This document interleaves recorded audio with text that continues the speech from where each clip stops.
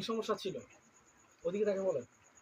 ওইটা মনে করেন আপনার মেয়ের ইয়ে ছিল, আলগা সমস্যা ছিল, এই কারণে মানে মানে কি সমস্যা হইতো, মানে আপনি দেখছেন যে কি সমস্যা হতো? যে কোনো আবল তাবল বকতো, মানে স্বামীর বাড়ি যাইতে চাইতেছে না আচ্ছা।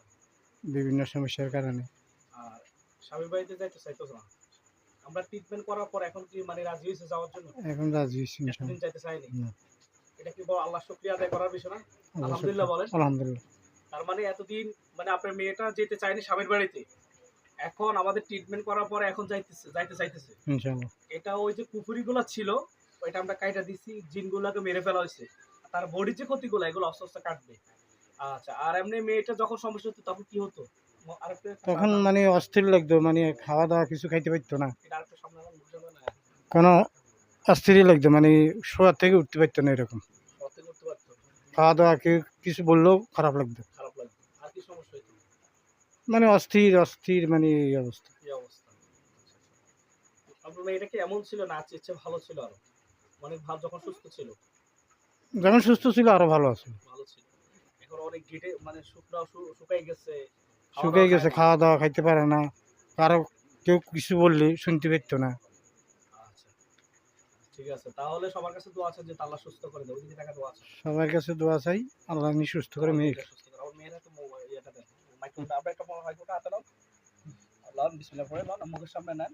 আপনি নাকি মুখের সামনে নেন। জি। আপনি বলেন এতদিন আপনার যে খারাপ লাগছে আমাদের ট্রিটমেন্ট করার পর এখন কেমন লাগে মোটামুটি? আচ্ছা, আলহামদুলিল্লাহ ভালো। এখন ভালো আছে। সমস্ত প্রশংসা একমাত্র কার জন্য? আল্লাহর। আল্লাহর জন্য। আচ্ছা, এখন আগে তো স্বামীর বাড়িতে যেতে মনে চাইতো না। জি। এখন যেতে মনে চায়? হ্যাঁ। আচ্ছা, ইনশাআল্লাহ। আচ্ছা, ঠিক আছে। মাইক্রোফোনটা আমার কাছে দেন।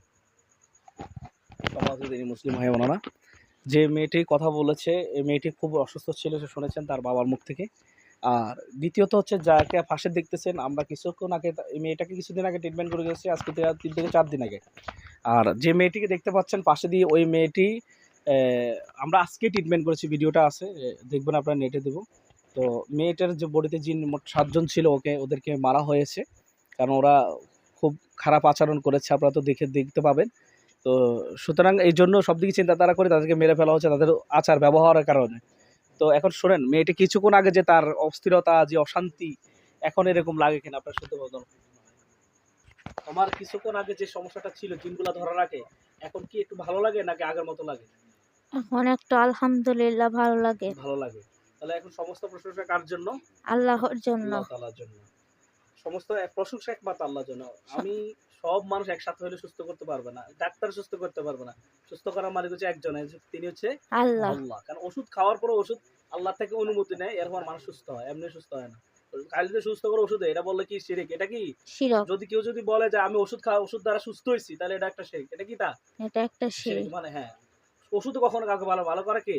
আল্লাহ। আল্লাহ। হুজুর কখনো ভালো করে না, ভালো করে কে? আল্লাহ। আল্লাহ। এটা হচ্ছে ঈমান। এটার নাম কি? ঈমান। আচ্ছা।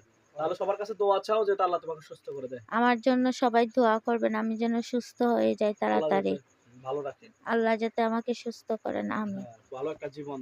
ভালো একটা জীবন যেন দান করেন। ঠিক আছে। সমাজে দিনী মুসলিম ভাই বোনেরা শুনেছেন কি বলেছে।